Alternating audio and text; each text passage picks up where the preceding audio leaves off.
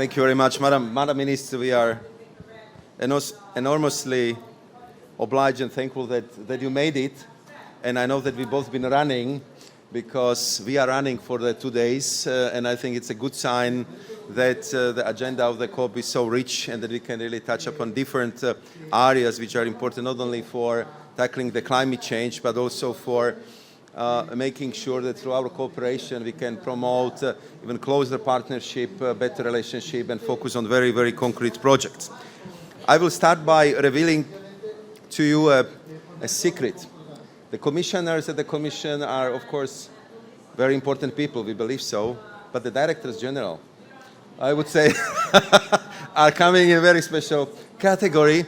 So it's not secret anymore. So the commissioner is the last one who didn't know, yeah? But the Director General for DG NEAR, Dite, Director General for Energy, I mean, I know how committed they are to these projects, and the fact they are both here is really exceptional. And if you have a good Directors General and good program, usually you need the money, and therefore I'm glad that you have here Vice President of the EBRD, Jürgen Rinktering, because with him we did a lot of very good projects, and I have always to praise the EBRD for being the bank which is not only public, but it's very agile, it's very much on the ground, and really have this can-do attitude which I really, really appreciate.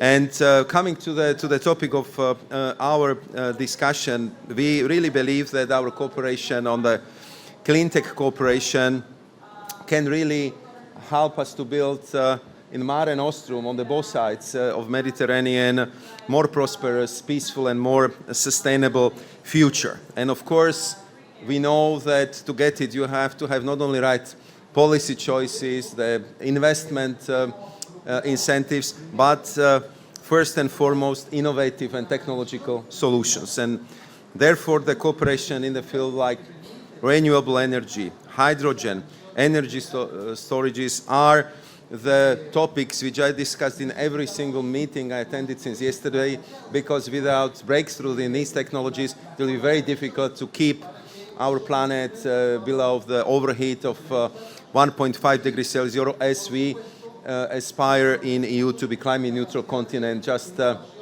in, 27 years. So therefore, we very much want to cooperate with you. We know you have a lot of sun, you have a lot of wind, and we are very close to each other, and you have very innovative sector.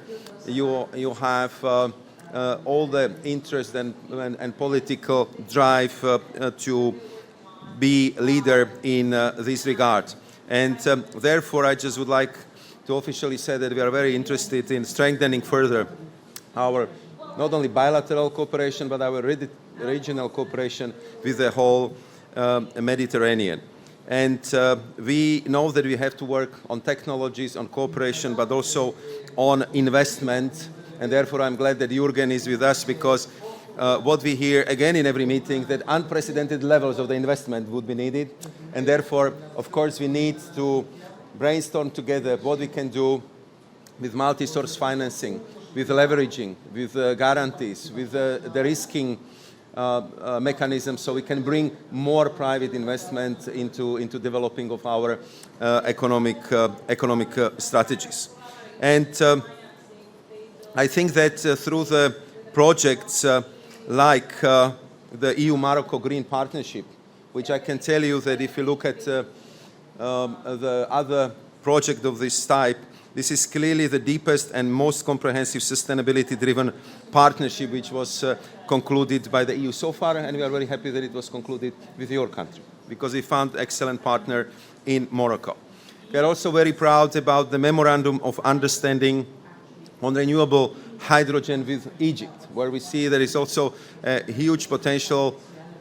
This Memorandum of Understanding was concluded last year at COP27, and we believe that this type of partnerships should really thrive in the future, and we will of course look for the ways how we can improve them, enlarge them, and make them as practical as possible, bringing really the results we need.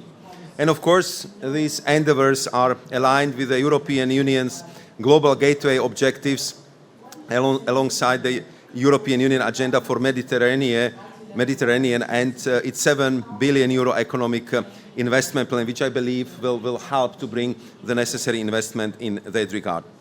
Last issue I would like to say, because very often you can compare the investments, you can compare the economic partnerships, but what I think is typical for Europeans, and I would like to reconfirm it also vis-à-vis the partnerships with Morocco and Egypt, we are doing utmost to work with our partners, to work with your government, to work with the national authorities, and to work on the projects where we do our utmost to create as much value added as possible in your country.